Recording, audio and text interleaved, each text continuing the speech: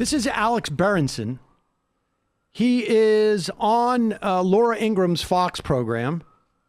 And again, for the second night in a row, he's on Fox telling the same set of lies. It would be fascinating if it wasn't so disturbing. Watch this.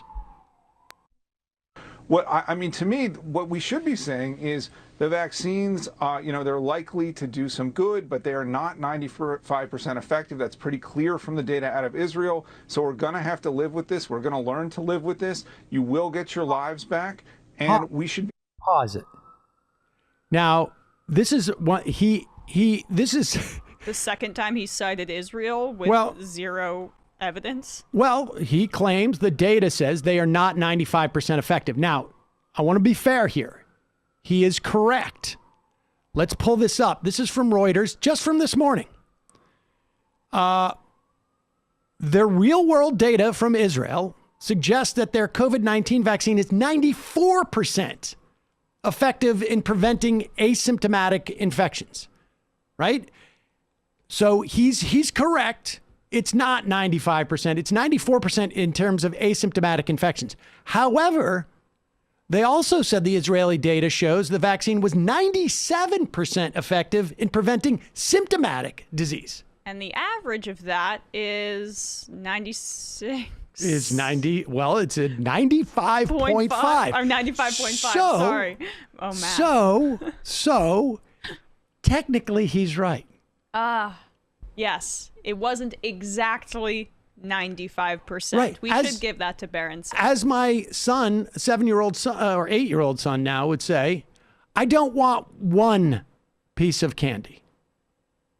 That's what he'll say to me now. He's being very clever. Oh, that is very clever. And I say, you don't want any candy. He said, I don't want one piece of candy. I want 2 pieces of candy. But let's continue here. I mean, I have to cancel a lot of flights now because I thought it was 95 and it's only 94. Well, it's 94 asymptomatic. It's 97 in terms of preventing symptomatic and severe and death. We'll get your lives back, and we should be happy about that. Instead, they're going the other way. The vaccines are, you have to get the vaccine because it's completely effective, and yet it changes nothing. I don't understand the messaging at all. Well, when they lose the crisis. Pause it. He's lying about that, too. The day before he goes on Fox and says these lies, the CDC has said, if you are 2 fully vaccinated people can be indoors without a mask, that grandkids can see grandparents who are fully vaccinated. Don't you mean Biden's CDC? So can you really trust it because of the Democrat thing? Now, here comes the best part. Well, I don't know if this is the best part. I mean, this is all like a horror show. He is going to be asked to question Michael Olmstead, who is one of the foremost epidemiologists in the country and was before he was advising Biden. I think we had him on the show 8-9 months ago, maybe it was 10 months ago. And Laura Ingraham asks him a question he clearly does not know the answer to. So watch him deflect. It is disturbing and funny. He gives a probable answer. Messaging at all. Well, when they lose the crisis, they lose their power. They need the crisis to continue. Never let a crisis end. Okay, that's the new mantra. Now, the former COVID advisor for Biden, Michael Osterholm, made an astounding claim about vaccines over natural immunity. The early data clearly supports you get much more protection from the vaccine than you actually do from having the illness itself and then developing your own natural immunity. The question will be just how long does the immune system actually stay in a place where it can, in fact, fight off the next infection. Quick answer, Alex. Does the data really support that conclusion? That's a technical question, but the answer is broadly no. And the WHO a few months ago said that we could get to herd immunity with a combination of natural immunity, recovery from infection, and vaccines. They quietly changed that to say only vaccine immunity counted. The politics of vaccines we could do a whole segment on that. Yeah, we will for sure, because big money and big promises. Alex, thank you. Right.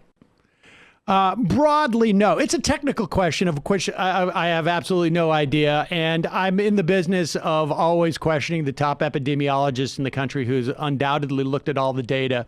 And so I'm just going to broadly no. But what is suspicious is that the World Health Organization, as they got more data in, confirmed that statement. Confirmed that statement by Osterholm. Well, they went from, I mean, everybody presumed that you would get some immunity from catching yourself, and you probably do, but they're finding those antibodies, depending on how severe you get it, do not necessarily last that long, whereas the vaccine does. And this is the way that science works when you're dealing with these type of events that are novel coronaviruses. Well, there is a real market for alternate science, which is basically people with some semblance of degrees. I don't even know what his degree is, but they go against the grain and they tell people who are skeptical for reasons that are usually based in fear and natural conservatism exactly what they want to hear. It's a cottage industry because there's no money in saying what 98% of scientists are saying. There's money in giving life to the minority in order to validate people's fears and skepticism, particularly of Democrats and of data that they don't understand. And that's what Berenson is making his living on right now. And apparently it also allows you to get on speed dial and be on every single Fox primetime show. I wonder which one he's going to be on tonight. Hannity, he's got to do the trifecta. He's got to do the trifecta in the week.